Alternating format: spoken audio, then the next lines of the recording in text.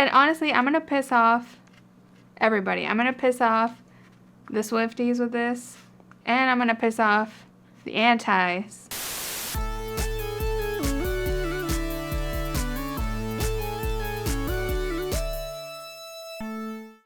Welcome back to the Miscellaneous channel where we do miscellaneous things. I'm Zelenia. I typically cover TV, pop culture, internet trends, and other miscellaneous things on this channel, so subscribe if that's your vibe. So today I'm being a little monster, as I like to do, and I want to rank every song on Mayhem. I need to take advantage of this moment in pop culture where it's suddenly cool to love Lady Gaga again. Who would have thought? I mean, y'all fellow little monsters know. Now all these bandwagoners and locals are all talking about Lady Gaga and how amazing she is. And I'm just like, where have y'all been? Y'all popped your heads up for Shallow and then buried them again until now, until Abracadabra. All of us, we've been here, we've been standing. So I'm excited that at least everyone's on board this time around. And I really love the Mayhem album. It's honestly so hard to rank the songs because it pains me to put songs at the bottom of the list, but like, I enjoy the whole album. You know, I have to pick, I have to rank them. I don't know. I mean, do I have to? No, but I want to make a video where I rank them. And when I listen to the album, I am thinking about like, do I enjoy this one more? Do I enjoy that one more? Like, I don't know. I'm like always trying to think about that. So after a couple months of like thinking about it, I'm putting out my official ranking. It might be controversial. You might not agree. I'm excited to hear your rankings. And I thought also what would be fun while I go through my ranking, I could unbox my various variants. Like I have the CD, the vinyl, and most special is my Japan exclusive version of the album. It's the CD, but it's a little different. I'm always nervous about these videos where I rank, you know, my favorite albums and the tracks, and then nobody watches the videos, so please watch it. I mean, too late now. I'm gonna save the Japan one for later. Sorry, I know that's like bad tactic, I guess, but I have to go through this whole list of ranking, and I'm gonna like unbox the Japan one in like 2 minutes. So let me start with the regular CD.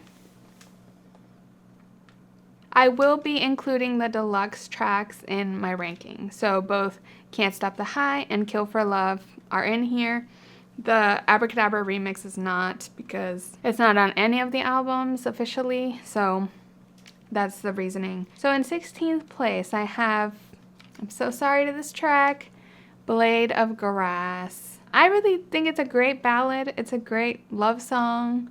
The story behind it is great. It's about her own fiance, Michael. We love Michael. I'm just not a ballad girl, and you're gonna see from this list, I'm a pop girl through and through. The poppiest tracks are at the top, even though they're not at the top of like most Little Monsters tops. Here's the CD, and the colors are like black and white and orange, which is not my favorite, honestly. I talked a lot about during the Chromatica era that like I got so much Chromatica merch because a lot of it had like pink in it, and I was like, who knows when the next time she'll have a pink era will be, so I'm taking advantage of like Chromatica merch. It was the closest to my style, and yeah, like the style of Mayhem isn't like really my vibe. But it's fierce. Mike Wazowski core over here. Yeah, and I still have the merch. I bought this t-shirt. Lady Gaga, Mayhem. I really like this one. The design on the back is cool too. But yeah, so Blade of Grass, just someone had to be last. And that's the one I probably play the least. And then next in my number 15 spot is Die With A Smile. The other ballad. I like Die With A Smile quite a bit. I like when I see like TikTok edits using it and stuff. But it's not a song that I would seek out on its own. And it's been out for a while, and I haven't played it that much. Like, it probably won't show up too much like in my Spotify Wrapped or anything. I like it. I respect the collab. It's fierce, and it got us, you know, a fierce #1 for a long time. So I will take it, but it's at the bottom of my... There's just like so many strong tracks. Like, okay, yeah. I can't keep saying it, but like last place does not mean I don't like the track. Okay, next in my number 14 spot, The Beast. I don't know how people feel about The Beast. She has been performing it, and I feel like that's interesting because I don't see it as like a standout track. Like, there are songs that she's not performing at all that are like in my top, so it's interesting. The Beast, she seems to really like it and want to perform it. It's just a little slow. It's kind of like an 80s power ballad vibe, and I love an 80s power ballad, but like it's just missing like just the right amount of catchiness for me. Like, it's not quite there on the catchiness. Also, so I did get the signed edition of the Mayhem album, which does not cost a lot. Like, I've had friends that ask, how much did you pay for that, when I have signed things? And usually signed albums don't cost a lot or cost different. It's like more of a tactic to sell albums and to help their numbers. The thing that is tough about them is that they'll go really fast. So like you have to be like ready to buy it. Unless it's a smaller artist. Smaller artists, usually you can get a signed copy of things more easily. But yeah, I would manage to snag a signed Mayhem. That's her signature, and I promised myself I was not going to get this. I was not going to get a signed Mayhem because I got a signed Chromatica. It's up there. And, well, you can't see it, but it's just like, it looks like a Z. That's it. That's all the writing compared to this. But then she tweeted or something. She said, I promise this time it'll be full signatures on Mayhem. So, because I was like, I'm not going to buy a signed thing that's just like her initial, like it's an L, but it looks like a Z. And she delivered on the promise. Full signature.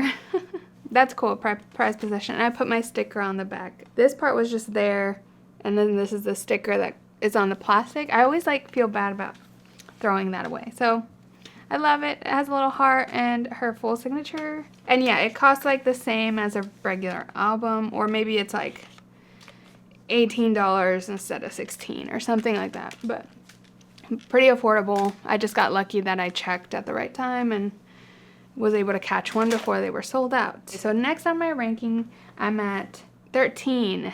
Okay, number 13 on my ranking is Killa. I know.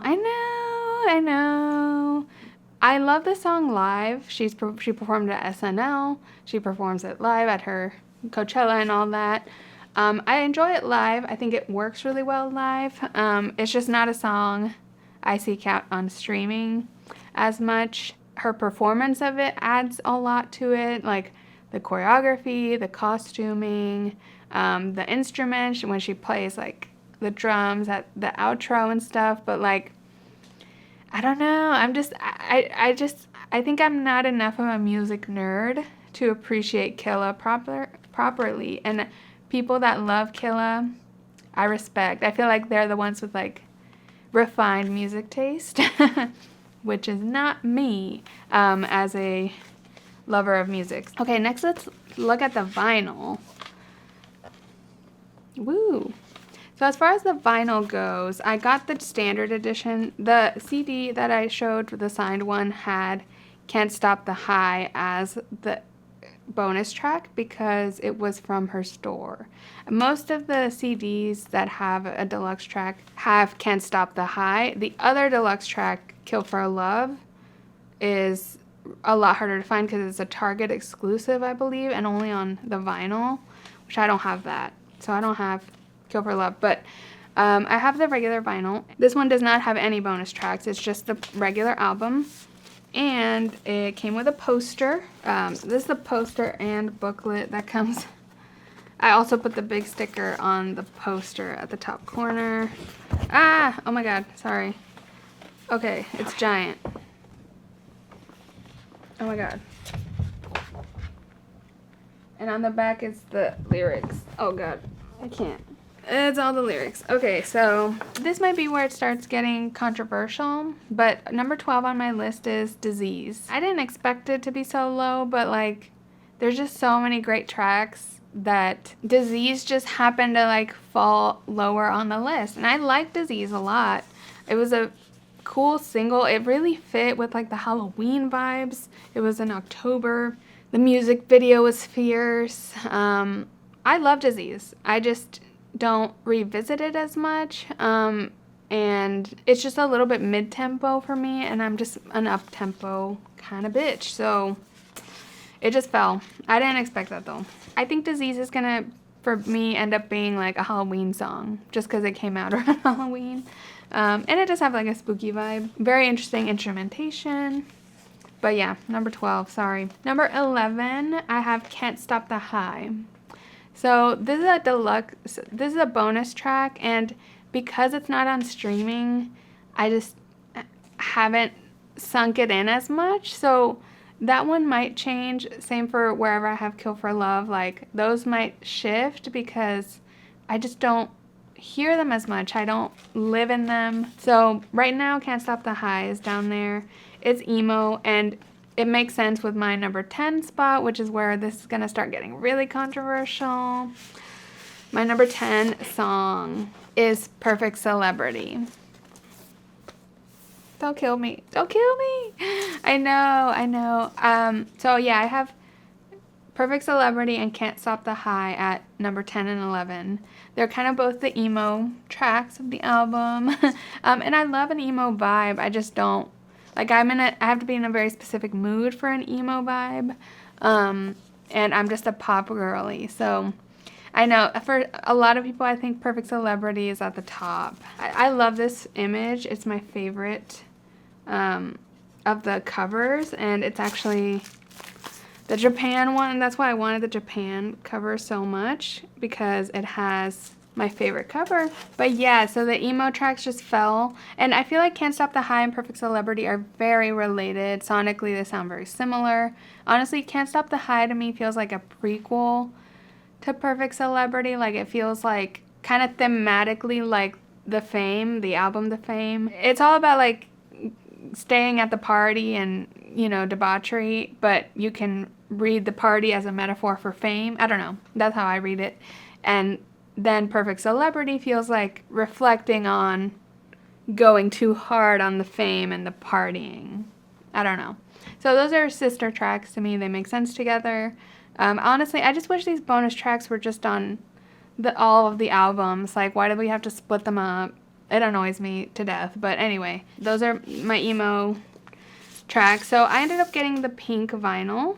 I waited. The variants were getting announced like every day. There would be like a yellow one and a blue one, and then there was a purple one that was like the Spotify exclusive. And I was like, I almost got the purple one. And then this one came out, and this was the Urban Outfitters variant, and it was pink. I was just waiting, holding out that there would be a pink version, and there was. So I got my pink, at least. But yeah, that's why I got this particular vinyl variant. It's hard with the glare. That's the vinyl. Okay, so next at number 9, we're in the single digits. So at number 9, I have Kill for Love, which is the other bonus track. That one I also have had less time to absorb and sit with, but I really like it. It's very upbeat, very dancey. It's most similar to Shadow of a Man, which I also enjoy a lot. And is my number 8. Spoiler alert. I grouped the bonus tracks with like the ones they're similar to, because they just feel very like naturally together. And I think on the albums they're like grouped with those tracks. The bonus tracks aren't like at the end. I don't know what happened there. Maybe it was just different drafts of the album. Something happened there. But anyway, so Kill for Love, it's a great track. It's been an interlude in the live performances around Shadow of a Man. And yeah, number 8 is Shadow of a Man, another maybe controversial one. I think for a lot of people, Shadow of a Man is at the top too. Very 80s, very Michael Jackson inspired. And I love Shadow of a Man. Like, I love all of these. I love all of them. My God. Like, after the ballads, it's really hard for me to, like, categorize these. But yeah, sorry to my Shadow of a Man lovers. At number 7, I have Don't Call Tonight, which is, I think, I want to say the most underrated song on Mayhem. There's another one that I also think is very underrated, but I think Don't Call Tonight, like, people really don't like that song. Like, they don't care about it. They think it's really boring. Like, they put it in last place in the rankings I've seen. But I love Don't Call Tonight. Okay, sorry. We're going into the Japan edition. It's so cool. The whole track list is translated. Let's get the ASMR going.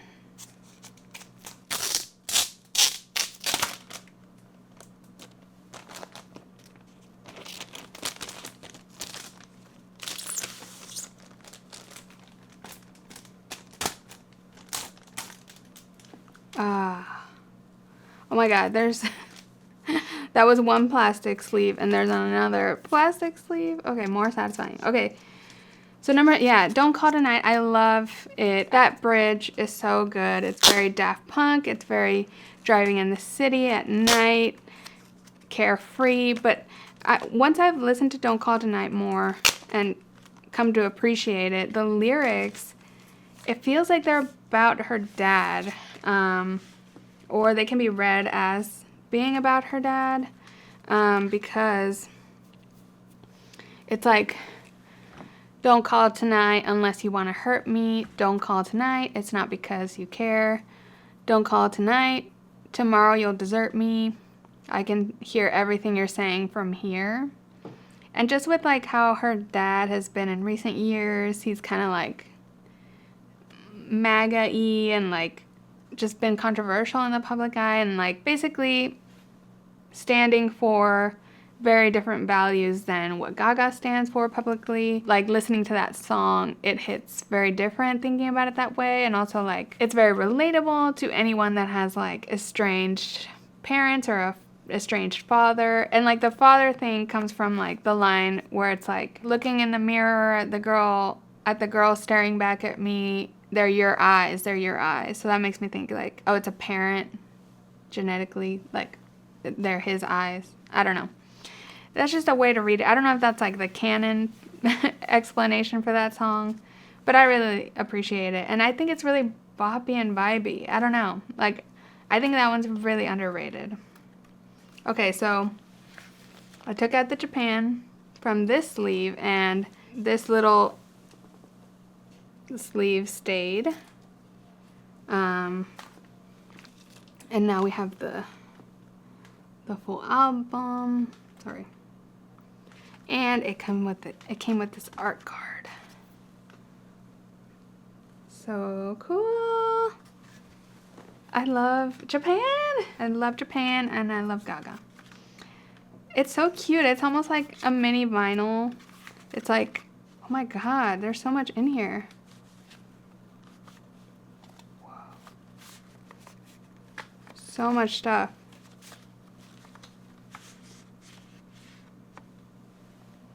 There's more in there, but we'll start with this. Okay, number 6, I have Zombie Boy. I hope this isn't too low for people. I mean, it's so hard. I love all these tracks a lot. Like, starting at Shadow of a Man, that was my number 8. Like, I replay all of these songs constantly. Like, these are in my, like, everyday kind of playlist where I listen to them through at any time I listen to music. So Shadow of a Man is in my daily rotation. Don't Call It Tonight. And now Zombie Boy too. I love Zombie Boy. Kind of has this like holla back girl vibe. Feels very reminiscent of her early career. It's very groovy, very upbeat. Like, the lyricism's really fun. Oh my God, what is this? Okay. It's like, like a cardboard. And the CD is like on it, like, oh, okay.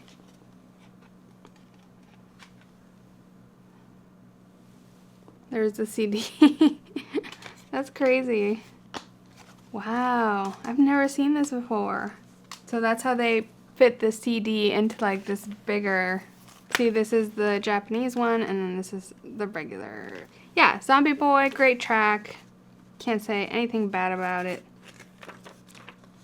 Whoa, they have like the translated lyrics in a booklet. It's not a designed one, it kind of looks like just an instruction manual. It feels like a toy, like a whole little instruction manual. Then this is the official booklet, which is like the cover, copy of the cover. And now we're getting into my top 5. And at number 5 is Vanish Into You, which is kind of surprising, even though I think a lot of people would have Vanish Into You at the very top. For me, it's not the most upbeat, but it's such a great power ballad, and it's so Gaga, and I love it, and I listen to it all the time, constantly, and I subscribe to the lore that it might be about Tony Bennett. The booklet here is the same as the CD one, it looks like, but just with the bigger size instead. Yeah, Vanish Into You is a bop. I think it's a career highlight. It's, you know, reheating her own nachos. It's one of those songs that's like so in the Gaga DNA, and it's like great. It feels like it has a little bit of like that Bad Romance melody almost, but like just more of a heartfelt ballady version. I don't know. It's top 5 for me. Honestly, I thought it'd be higher because I love it so much, but my top 4 are just battling it out. So, okay, number 4, very controversial. I mean, you might have already noticed that I haven't said this track yet, but, and honestly, I'm gonna piss off everybody. I'm gonna piss off the Swifties with this, and I'm gonna piss off the the anti-Swifties with this too. Oh my god, there's another booklet in here. There's so many booklets in this thing. I love this one. Oh, I wish this was the cover. Dang, that'd be a fierce cover. What is this booklet? Oh my god. Oh, it's just like photos, fashion. Oh, this is what we needed. Okay, yeah. So as you can guess, when I'm saying I'm gonna piss off the Swifties and I'm gonna piss off the non-Swifties, my number 4 is How Bad Do You Want Me? I love this track. A lot of the Little Monsters are fighting it because they're Taylor Swift haters. It's a very reminiscent song of Taylor Swift. It sounds like something she would have made with Jack Antonoff or something. It's a bop. It's a fucking bop. And I know I'm being basic B and I'm being like a local for loving it, but like it's a certified bop. And it's so high on my list because it's so good. Like every time it comes on, I'm just like, yes, vibing. And I'm not a Swiftie, for people that don't know. I enjoy studying like her pop stardom and her approach to it and her like pop culture dominance. Like I find that all very fascinating, and that's why like I'm kind of like aware of Taylor Swift, maybe more than like a standard non-Swiftie, I guess. But like I don't listen to the music. I don't consume the art itself.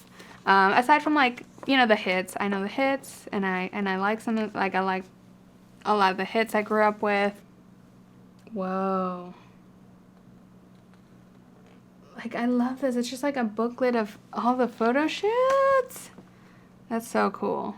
So yeah, I do think like How Bad Do You Want Me has like an extra sauce to it that helps me to like it. Like I feel like Gaga takes the Taylor Swift formula and, to me, subjectively improves on the recipe. Just adds her flair to it enough for me to, like, be obsessed with this track. So, like, I want to give Gaga credit because I feel like the production is a little more full than what I've heard of Taylor Swift. And the vocals, to me, for Gaga are very special. The little bridge of, like, that girl in your head ain't real, how bad do you want me for real? Like, that's a very Gaga chanty kind of, like, moment in the song. So it's, like, those extra elements that make me obsessed with it. Because I asked myself the question when the song came out, like, do I just like it because it's Gaga? If Taylor released this song, would I love it? I'll never know the answer to that. Maybe, yes, there are some Taylor Swift songs I like. I do think Gaga adds an extra something that makes me, like, love the song extra. It's hard to explain. So that's why I'm saying I'm going to piss off Swifties and non-Swifties. Non-Swifties because it's so high on my list.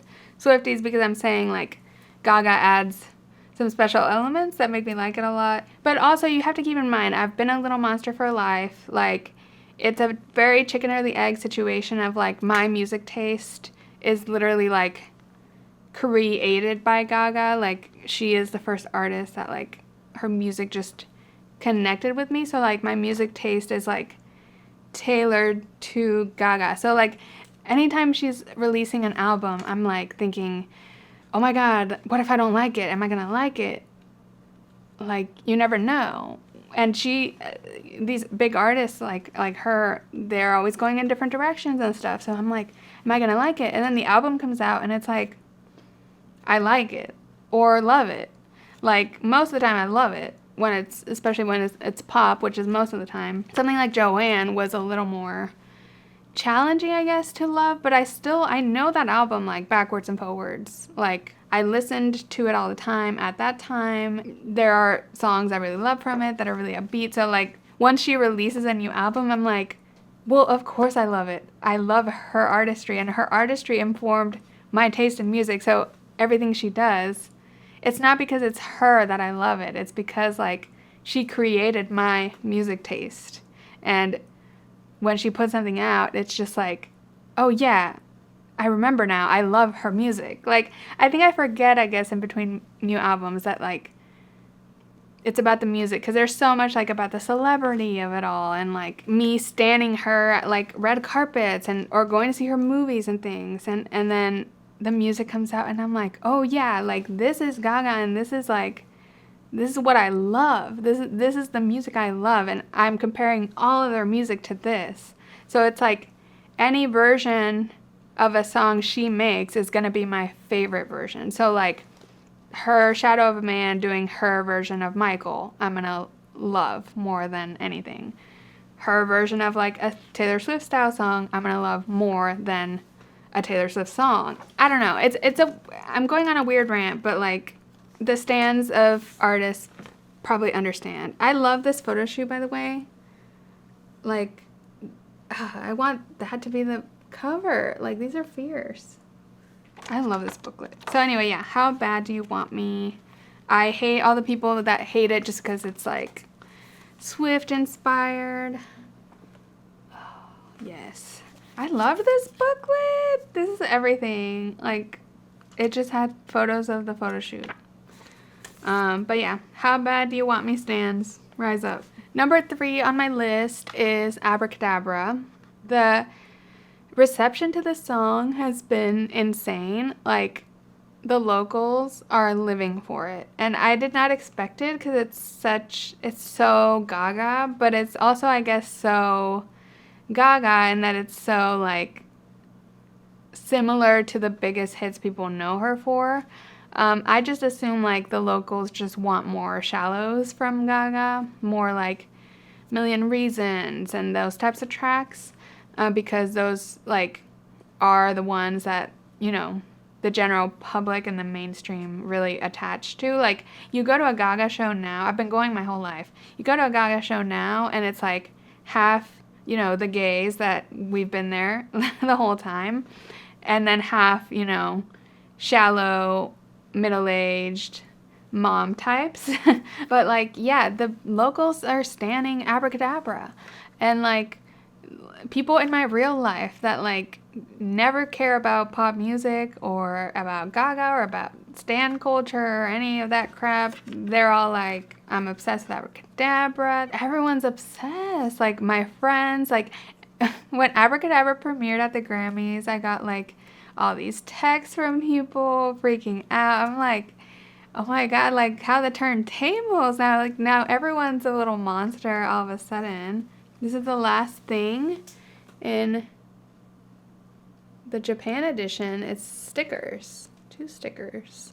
So Abracadabra had to be in my top 3. Often when I'm doing these ranking videos, like the singles are kind of like I don't know where to put them, because usually I've lived longer with the singles. They'll have like a music video, so there's kind of more to them that like kind of give them an unfair, they just make them different than the rest of the album. You know, in some ways, for me, Abracadabra is number 1 when I factor in impact and the music video, which is so fierce.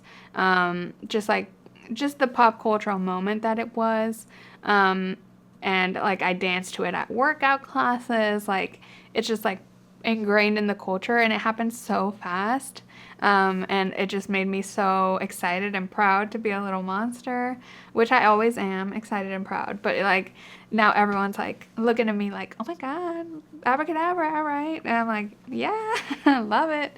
The lyrics are so Gaga, everything about it. It was just like such a moment, and I was dying at the Grammys, like when I saw that video, like freaking out, because everyone was saying like there might be a music video premiere, the commercials, and I was watching the Grammys. When you're a fan of somebody and like people are always speculating, it's like new single this week, new video, like rumor, there's always rumors, and you fall for it so many times that like at a certain point you're so jaded. So I was just like, is there gonna be a new music video at the Grammys? It was just like a rumor, and I was like, I don't know. And once it came on, I was like, oh my god, is this really for real? And I was freaking out. So Abracadabra is number 3. It had to be top 3 for me. I could argue it at number 1, but I put it at 3. I'm gonna start putting away this Japan edition because there's so much in there. And then number 2, this is probably my most controversial placement, because this song, like, a lot of people don't care about at all, but it's Love Drug. Did you even remember Love Drug was part of this? I don't know. But I love the song Love Drug a lot. And I feel like no one likes it. And I feel like I'm the only one that loves that song. It's tragic. But, I mean, I just think the lyricism's really good. It's just such a poppy song. I think that's why it's kind of polarizing, or like a lot of people see it as boring.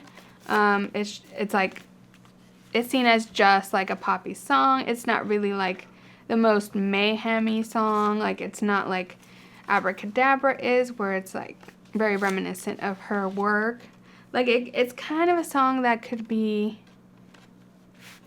anyone's, but I don't know, to me it's just such a good song. The lyricism's really cool. I'm just a Love Drug stan, and it kind of reminds me, like I have a parallel for this that, you know, the pop fans will get it. It reminds me a lot of Apple on Brat, and on first listen, and still to this day, like Apple is my favorite song on Brat, like my number 2. It's actually my number 2 exactly. In the same way, Love Drug is my number 2 for Mayhem.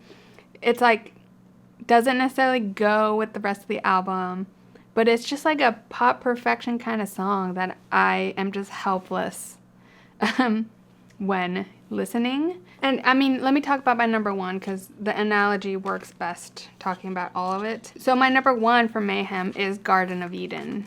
I love that song. It's so pop, electronic. It's so reminiscent of like her early work, but it still feels so fresh. And the lyrics are great. Like, I've been feeling this familiar feeling like I've known you my whole life. Like, I feel that way about Garden of Eden because it feels like such a Gaga song that it's crazy that it didn't exist before now. You know what I mean? Garden of Eden is also pop perfection. It's so Gaga, it's so Mayhem, it's so The Fame and the Fame Monster. It's everything. And it's the exact same way I feel about Sympathy is a Knife on Brat by Charlie XCX. Like, that Sympathy is a Knife is so Charlie, so Brat. It exemplifies like the whole album, and that's why Sympathy is a Knife is my number 1 on Brat. But then Apple is my number 2, which like kind of doesn't fit the album as much, or doesn't feel like super Charlie. Same way Love Drug isn't like the most Gaga song, but it's the same. It's weird. It's a weird parallel between Mayhem and Brat. Brat, my favorite album of last year. That my number 1 song is like the song that feels like a great thesis for the album, that I've listened to over and over again, that has like good lyrics and great production, that's like very much of that artist.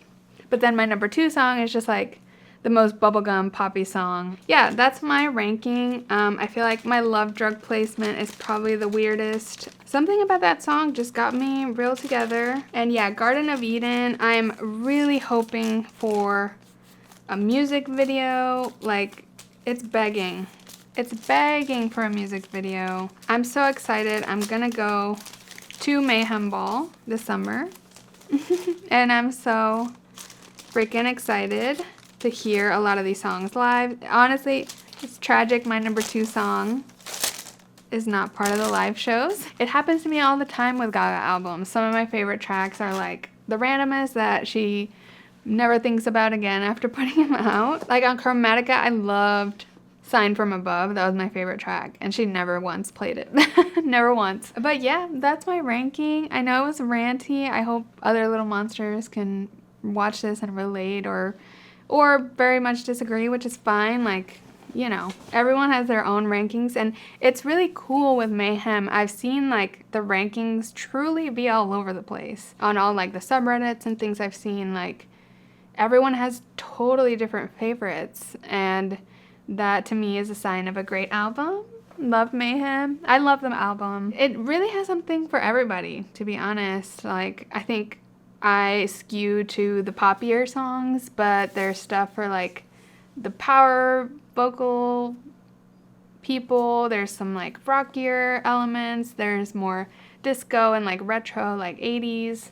It's really cool that I think a lot of people that aren't normally obsessed with Gaga at my level have enjoyed it and have told me like, I love the new album. Like, older people, younger people. Like, I'm so excited and humbled that like Mayhem is resonating with people. The shows have been iconic. It's so cool. We got the Coachella performance like so accessibly to be able to watch it. I was like watching it on a bus in Kyoto, and also my headphones died, and I didn't have like, I couldn't play it out loud because it's Japan, and everywhere, you know, they're very polite and, you know, aware about noise, so like I couldn't hear it. I was just like watching it on the bus on mute. Yeah, it was a moment. I got to catch it later weekend too, I guess. Yeah, we had a record-breaking Copacabana show. She went to Mexico. So I'm very excited for Mayhem Ball this summer. It's gonna be everything. I'm excited to wear like a fierce outfit, try to go hardcore on like the black aesthetic. We're gonna do it up. Maybe I'll do orange nails to like do the pop of orange. We'll see, but I'm excited. I'm so excited. And I loved this Japan edition. If you're in Japan, pick it up. I love that photo book a lot. It's one of my prized collector's pieces now. I had not unboxed it before this, and I went on my trip like a month ago. Let me know your rankings of Mayhem or favorite moments or performances. We've been blessed with so many. Please like this video and subscribe to my channel if you enjoyed. I put out new videos whenever I feel like it about TV, pop culture, internet trends, and other miscellaneous things. I do have a t-shirt pre-order available now through the summer. It's my very first piece of miscellaneous merch. If you're interested, check it out in the description below. Thank you so much for watching, and I'll catch you in the next one. Bye!